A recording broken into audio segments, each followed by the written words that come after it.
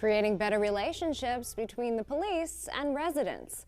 I'm Jill Horner. This is Comcast Newsmakers. With me is Mayor James Fazzone of Burlington. Thanks so much for being with us. Thank you, Jill.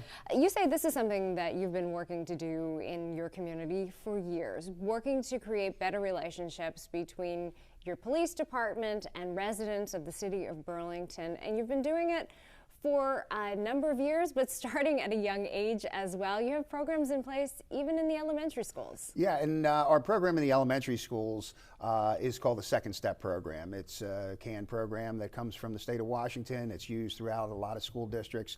But we had our police trained in how to implement the Second Step Program. It involves puppets, it involves picture prompts, and it involves situations that take place in the school on a daily basis. And the police officers come in uniform to the classroom. They give the lessons. The kids love it. They love the puppets. They love the police. And these are relationships that last a lifetime. And these are relationships that actually can translate outside of the classroom as well. These kids actually recognize the officers. They have trust in these officers, even outside of the schools. No question about it. They see them on the street. They see them from day to day. The one example I can give is that we had a student who was having an asthma attack, and she was very upset about going to the hospital. The first person on the scene was a police officer who was in her classroom on many occasions with the puppets. She smiled ear to ear. We knew she had to go in an ambulance. She still wasn't convinced that was going to be a good thing. But the ambulance driver came in, happened to be the brother of the police officer, and he said to the young girl, "You know him? Well, he's the angry, he's the mean guy in our family. I'm the nice guy." She smiled ear to ear. She went off in the ambulance, and so those are the kind of relationships that we're trying to develop through every program we have. And that's just one example of how this can work. In addition to the Second Step program, there's another program. It's a 13-week program developed for sixth graders. It's a program called GREAT.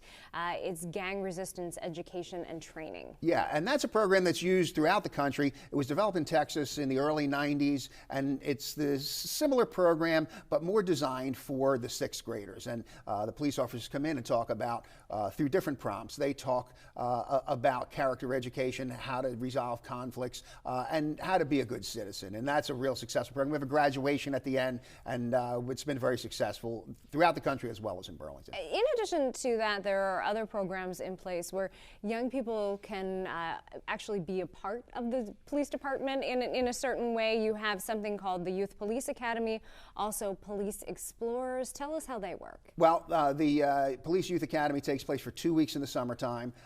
They learn how to march, they learn how to follow instructions, they learn about police, and then we have a graduation at the end.